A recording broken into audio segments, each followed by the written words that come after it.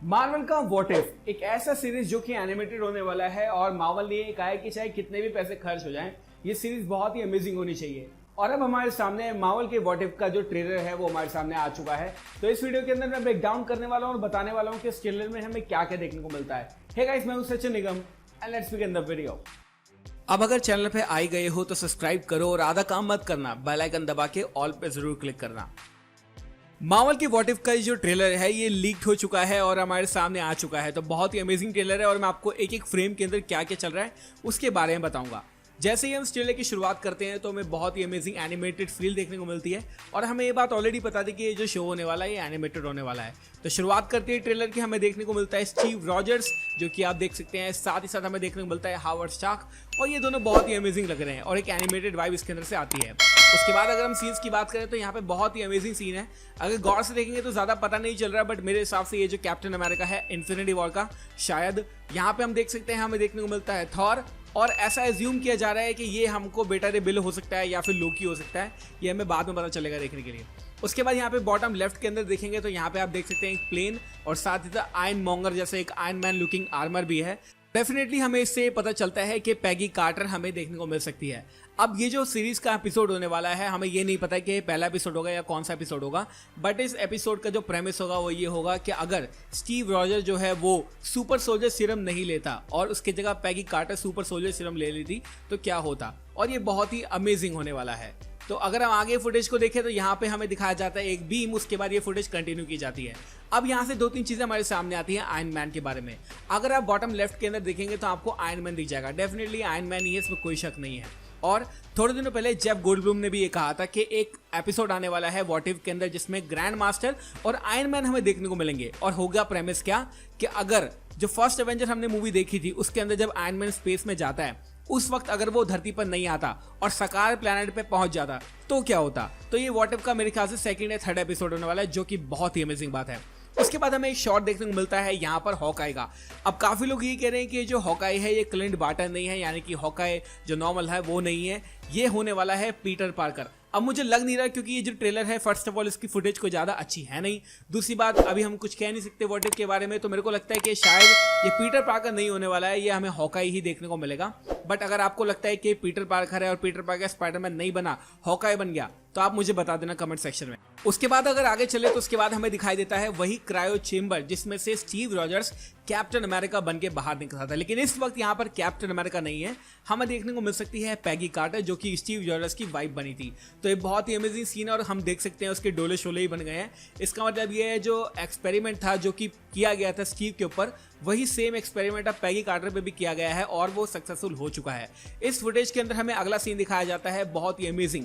अब 2014 में जिसने गार्डियंस ऑफ द गैलेक्सी देखी होगी उसको पता होगा ये क्या चल रहा है। यहाँ पर आया है कोई पर्सन हमारे ऑप को चुराने के लिए, यानी पावर स्टोन को चुराने के लिए, लेकिन यहाँ पर शॉक एक बहुत ही अमेजिंग आपको लगने वाला है क्योंकि हमें पता है 2014 की गार्डियंस ऑफ द गैलेक्सी के अंदर जो मेन पर्सन था जिसने सारे का सारी चीजें की और जिसने पावर स्टोन चुराया था वो था पीटर क्विल। लेकिन अगर आप गौर से देखेंगे तो यहाँ पे आपको पता चल जाएगा इस जामनी ड्रेस को देखकर कि ये पीटर क्विल नहीं होने वाला है, ये होने वाला है तचाला यानी कि वकांडन किंग। तो जो ये एपिसोड होगा इसके अंदर हमें दिखाया जाएगा व्हाट इफ अगर स्टार लॉर्ड तचाला होता। तो यहाँ पे हम देख सकते हैं बहुत ही अमेजिंग वाइब्रेनियम का फील आ रहा है हमें और साथ ही साथ ये जो मुकुट था ये बहुत ही अमेजिंग है। लेकिन अगले सीन में ये चीज कंफर्म हो जाती है कि ये हमें जो देखने को मिलने वाला है ये तचाला ही देखने को मिलने वाला है और स्टार लॉर्ड यानी कि क्रिस प्रैट का कैरेक्टर नहीं देखने को मिलने वाला है। That is just fantastic. तो ये सिनेरियो भी व्हाट इफ का बहुत ही अच्छा हो सकता है। उसके बाद हमें एक क्लियर इमेज दिखाई जाती है यहाँ पर पैगी कार्टर की। अब आप गौर से देखेंगे तो आपको पता चलेगा इसने जो सूट पहन रखा है वो अमेरिका का नहीं है, वो ब्रिटेन का है। तो कहा जा रहा है कि इस सीरीज के अंदर जो पैगी कार्टर बनेगी वो कैप्टन अमेरिका नहीं बनेगी, वो कैप्टन ब्रिटेन बनेगी, जो कि बिल्कुल कॉमिक एक्यूरेट है और मुझे बहुत अच्छा लगा देखने के लिए। तो यहाँ पे हम देख सकते हैं उसकी ऑल्टर ईगो। उसके बाद एक छोटे सीन में हमें दिखाया जाता है पैगी कार्टर को एक्शन में, वो अपनी शील्ड को लेके आती है और खड़ी हो जाती है चीज के सामने से एक टैंक आ रहा है और पैगी कार्टर तैयार है उसका सामना करने के लिए।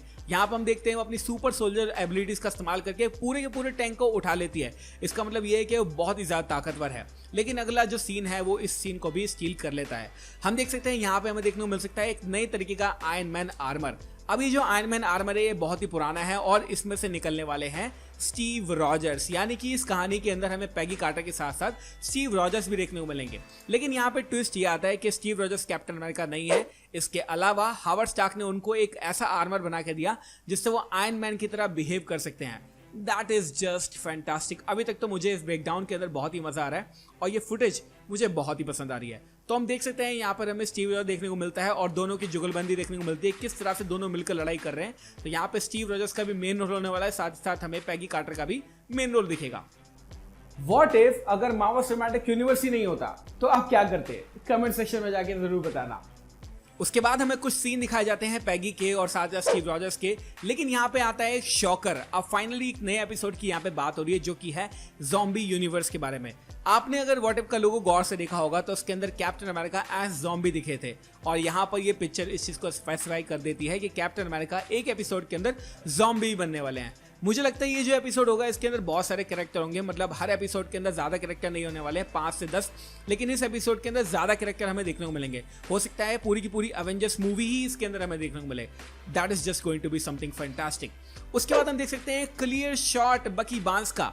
अच्छी बात यह है कि जितने भी कैरेक्टर थे जो कि अपनी ओरिजिनल सागा के अंदर प्ले कर चुके हैं अपने कैरेक्टर्स को, वो सारे के सारे लोग वापस आ रहे हैं अपनी वॉइस को देने के लिए, यानी Robert Downey Junior, Mark Ruffalo, Sebastian Stan, Captain America, Steve Rogers, सारे के सारे पर्सन वापस आ रहे हैं अपनी आवाज को देने के लिए। तो बहुत ही ऑथेंटिसिटी बढ़ जाती है इस शो की। हम देख सकते हैं कैप्टन अमेरिका चिल्लाता है बकी बांस पे और बकी तैयार है उसकी शील्ड को पकड़ने के लिए। यहाँ पर बहुत ही अमेजिंग एनिमेशन होते हुए दिख सकती है और ये जो मूव उसने मारा है ये बहुत ही अमेजिंग मूव है और कहीं ना कहीं मुझे विंटर सोल्जर मूवी की याद दिलाता है। विंटर सोल्जर मूवी के अंदर भी बकी ने एक्चुअली में यही किया था और हम देख सकते हैं कि बकी ज़ॉम्बी कैप्टन अमेरिका से लड़ने के लिए पूरा तैयार है। तो बहुत ही अमेजिंग ये सीन होने वाला है और अब आगे चलते हैं इसके अंदर में क्या देखने को मिलता है। जैसे ही वो उसकी शील्ड पकड़ता है उसके बाद थ्रो करता है, हम कैप्टन अमेरिका का देख सकते हैं यहाँ पे ज़ॉम्बी वर्स बहुत ज़्यादा गुस्से में आ चुका है और यहीं पे ये जो ट्रेलर है ये खत्म हो जाता है। तो बहुत ही अमेजिंग ये ट्रेलर था गाइज और मैंने आपको शॉर्ट बाय शॉर्ट बता दिया। अब मैं कुछ अपने थॉट दूंगा अपने इस वीडियो को लेकर और साथ ही साथ इस ट्रेलर को लेकर। मुझे लगता है कि मार्वल का व्हाट इफ एक ऐसा सीरीज हो सकता है जो कि बहुत ही अमेजिंग होगा, क्योंकि मार्वल ने क्या कहा है, उन्होंने ये कहा है कि हमें पैसे से फर्क नहीं पड़ता, हमें बेस्ट क्वालिटी चाहिए। अगर मैं आपको बताऊं डीसी सिनेमैटिक यूनिवर्स में जितने भी शो आते हैं जैसे कि फ्लैश या फिर बैट वुमन, उन सबको 3 से 4 मिलियन मिलते हैं पर एपिसोड काम करने के लिए। लेकिन डिज्नी ने मार्वल की जितने भी शो आने वाले हैं उनका बजट रखा है 25 मिलियन पर एपिसोड। यानी आप सोच सकते हैं कि हर एपिसोड के अंदर कितना एफर्ट डाला जाएगा, एनिमेशन की क्वालिटी कितनी ऊपर रखी जाएगी और साथ ही साथ क्वालिटी का में कोई भी कॉम्प्रोमाइज नहीं किया जाएगा। तो व्हाट इफ के अंदर हमें बहुत सारे सिनेरियोस देखने को मिल सकते हैं, लेकिन आपको ये पता होना चाहिए कि मार्वल के जितने भी शो आने वाले हैं उनके अंदर सिर्फ और सिर्फ 6 से लेके 12 एपिसोड होने वाले हैं। लेकिन व्हाट इफ के अंदर होंगे टोटल 24 एपिसोड, 24 मूवी की, क्योंकि एमसीयू में अभी तक 24 से 25 मूवी आई हैं। उन सबको लेके एक एक एपिसोड बनाया जाएगा और इनको डिवाइड किया जाएगा आई थिंक 3 सीजन में। तो इस साल तो नहीं, हमें नेक्स्ट ईयर फर्स्ट सीजन देखने को मिलेगा, 2022 में आई थिंक सेकंड, उसके बाद शायद हमें थर्ड सीजन देखने को मिल सकता है। तो ये था गाइस वो ट्रेलर और वो ब्रेकडाउन जो कि मुझे लगा कि आपको बताना चाहिए था। अगर मुझसे कोई चीज़ मिस हो गई हो तो मुझे कमेंट सेक्शन में ज़रूर बताना। और जैसे कि मैंने आपसे बोला कि व्हाट इफ का कौन सा सिनेरियो आप देखना चाहते हैं। पर्सनली मैं देखना चाहता हूँ व्हाट इफ अगर आयरन मैन ने स्नैप ना की होती तो क्या होता, मुझे बहुत अच्छा लगेगा वो एपिसोड। तो thank you so much for watching this video guys. आपका व्हाट इफ का क्या सिनेरियो है जो आप देखना चाहते हो वो मुझे कमेंट सेक्शन में जरूर बताना। आप कौन सा स्टोरी लाइन फोकस देखना चाहते हो। Thank you so much for watching this video. मैं हूं सचिन, मिलूंगा आपसे अगली वीडियो के अंदर। Bye guys, take care, love you all and have a great amazing day.